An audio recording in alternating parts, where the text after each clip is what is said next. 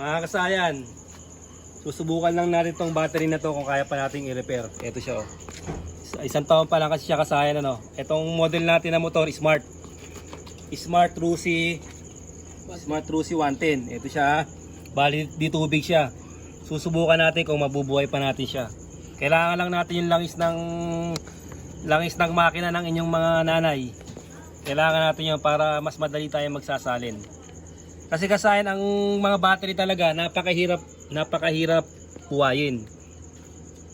Talagang pag dead battery na, hindi na talaga siya nabubuhay. Mabuhay man siya ngayon, mamaya wala, lobat na siya. Marami na tayong sinubukan ng mga battery na talagang ano rin kagad. Mabilis din siyang nalolobat. Tutukan mo yan kasayan, nakukuha ko ng distillador.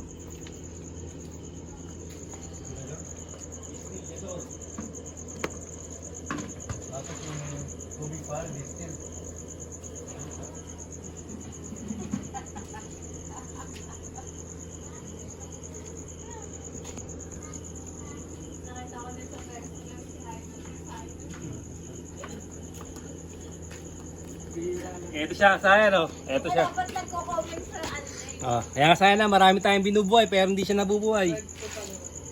Kaya di talaga yung ano ito, kasi kauumpisa pa lang niya. Kauumpisa pa lang niya mag-drain. Kaya susubukan natin. Tapos ito, isang taon pa lang to. 2022 model. Rusi, tutukan mo yung ano niya, tatak niya. Rusi Smart 110. Ito siya oh. Yan. Taga Batangas yung may-ari niya, dinayo pa tayo dito. Para masubukan yung ating ano, kung makakabuhay pa tayo ng battery. Ngayon, ipapakita natin sa inyo. Pag binuhay natin siya, tingnan mo rito sa may board. Yan, wala. Pagka pinadyakan natin, pag pinadyakan na siya, mamaya. Pag pinadyakan na siya, ito na siya, lalabas na yung ano, yung kanyang neutral. Yan. Lalabas na yung neutral niya ha. Tapos, pag chinek ko yung charging niya, syempre, checkin natin yung charging niya eh. Checkin mo, ano mo yung ano, silipin mo kung meron pa siyang tubig.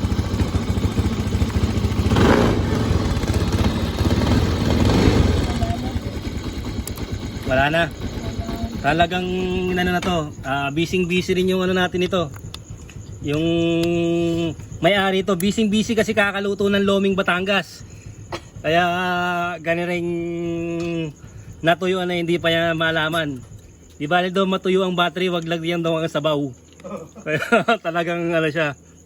Talaga siya. From Batangas City. Yan siya, kakalugin natin kasayan to. Kasayan, wala na talaga ha.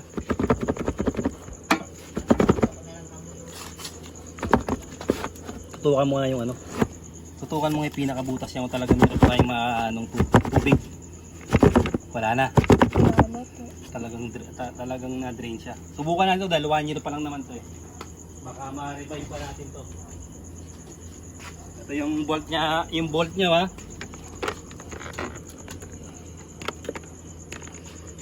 Kaya kasayan 5 volts 5.7.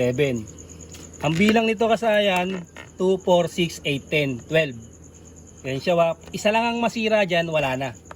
Isang ano lang, isang pinaka, kasi ano yan eh, division. Isa lang yung masira sa kanya, wala na siya. Ngayon kasayan, sasalin na namin to ng tubig. Tapos saka natin i-charge, babalikan namin kayo. Ito na kasayan, nasalin na natin. Lalabas na yung baby. Bali, ang pangalan nito kasayan, distilled water to ha. Hindi tayo magaling dito pero nagtatanong muna tayo sa nagbebenta ng battery. Ang sabi niya, hindi daw pwede yung maintenance free. Ay, maintenance free. Ano yung isa para yung ano? Battery solution. Dapat daw distilled water sa ditubig na ganito. Ito siya. Nasalina na natin siya. Tapos na-charge na natin. From 4 to 5 volts. Kaya ito na siya oh. Ito na siya ba? Naging ano na siya, naging 12.04 volts. Ibig sabihin kasi nagkaroon na siya ng voltahe.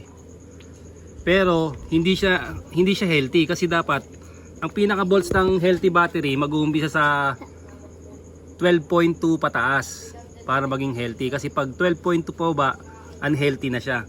Ibig sabihin, magkakaroon pa siya ng ilaw ng busina, pero pagka magkakabit siya ng mga ilaw, hindi pa siya pwede. Malolobatan siya.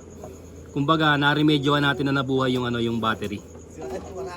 Ito siya 12 point Tapos, i-testing natin sa charging.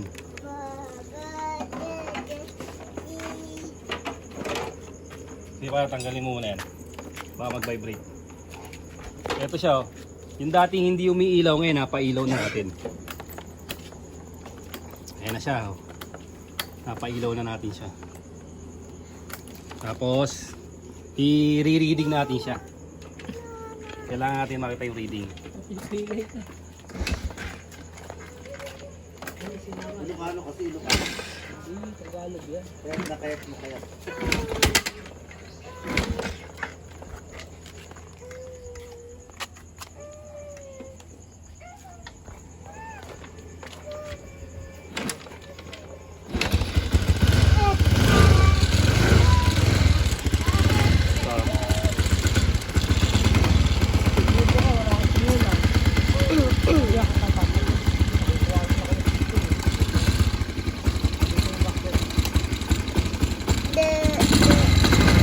Ito yung pinakaano niya.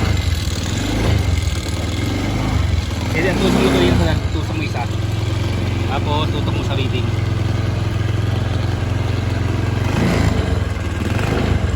.13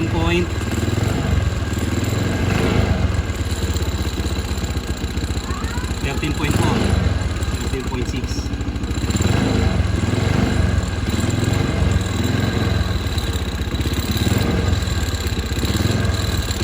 13.7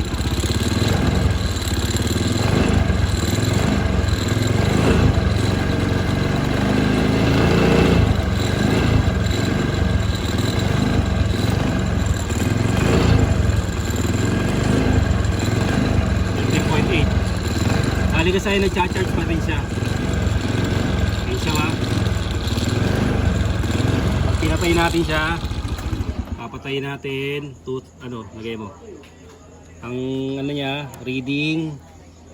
Okay, 13. Tapos bababa na siya, Okay, at least nag-charge siya. Makasayin, ito yung niya. Dito, punta ka dito sa harapan. Ito lang yung charger niya kasayin iba. Parang formang lang siya. Parang mga badya lang siya. Ang color coding niya Honda pa rin. Ayan siya. Ito yung charger niya ba? Tingnan nyo. Tapos battery operated tong motor na to. Dalawa lang yung sa susian. Di tayo pag-ano. Dahil na okay na natin yung battery. Ngayon kasi testing natin kung nagkaroon ba ng lakas yung battery Lagyan natin ng ilaw. Tapos ilaw natin. Yan. Naka-headlight na tayo tsaka naka-park light.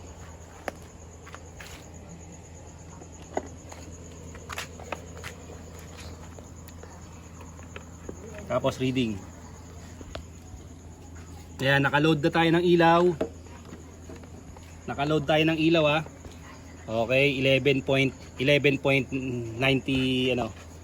90. Papaanda rin natin ngayon.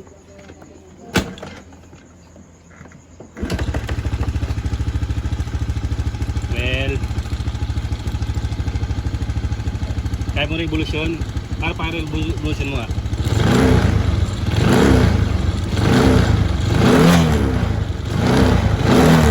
Ayan, siya kasi.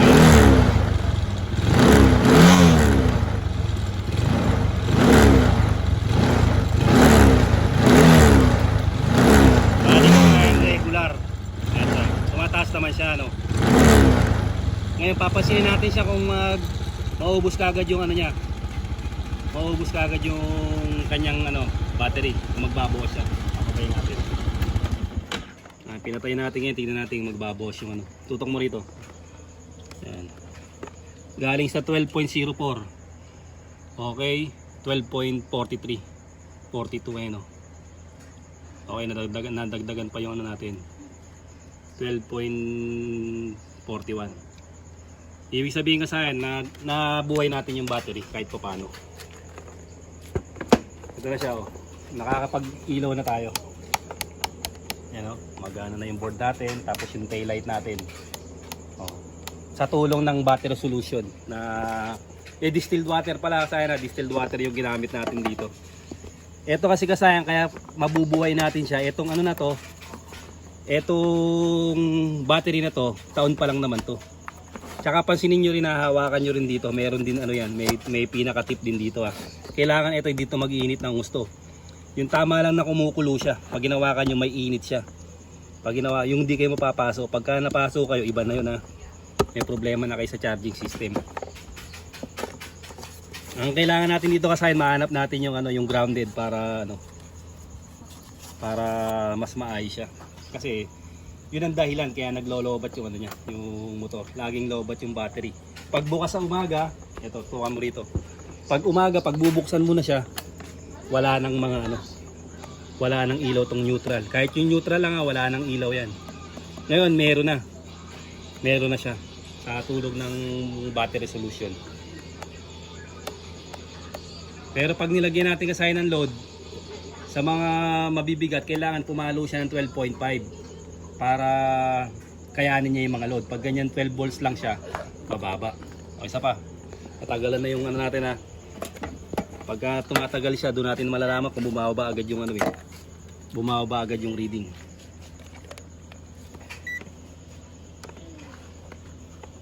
Yun. Ayan siya kasayin. 11.96. 96. Ayan kasayin, bumaba siya agad ano, sa 11.96. Nakapatay yung ilaw. Ang nakabuhay lang yung neutral. Ibig sabihin kasayan, nabuhay lang natin para sa busina, para sa stock. Sa stock na ilaw, kayang-kaya niyang isurvive pa. Pero pag lalagyan mo na siya ng load, mabilis nang lumanding yung ano niya. Mabilis nang lumanding yung kanyang ano, yung mabilis nang lumanding ang kanyang battery. O kaya ito kasayan, ano, palitin na talaga to. O, ganun lang kasayan na yung paglalagay ng battery solution at saka pagbuhay ng ano, pagbuhay ng inyong battery para kumbaga maiwasan yung pagbili agad. Hanggat wala pang pambili, may remedyo lang natin. Hanggang dito na lang mga kasayan. Salamat sa panonood.